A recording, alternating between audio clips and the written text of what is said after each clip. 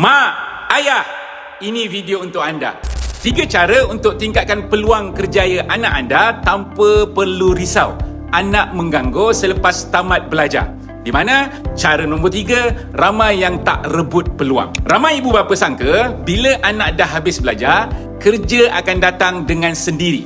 Hakikatnya tidak. Ini 3 perkara yang boleh bantu tingkatkan peluang kerjaya anak anda. Yang pertama, pilih bidang yang memang diperlukan industri. Jangan pilih sebab ikut kawan atau trend semata-mata.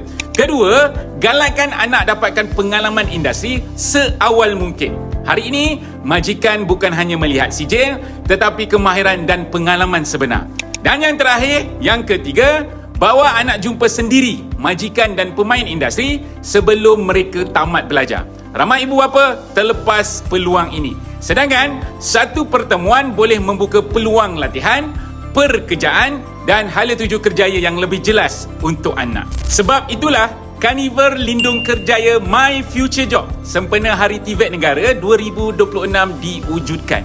Di sini, ibu, ayah dan anak boleh bertemu terus dengan majikan, institusi TVET dan pemain industri dalam satu tempat. Saya nak ajak mak ayah ke Carnival Lindung Kerjaya My Future Job sempena Hari TVET Negara 2026 di Dataran Putrajaya, 5 hingga 7 Jun 2026 daripada pukul 9 pagi hingga 4 petang. Masa depan anak bukan ditentukan oleh keputusan perperiksaan semata-mata, ia ditentukan oleh peluang yang mereka terokai hari ini.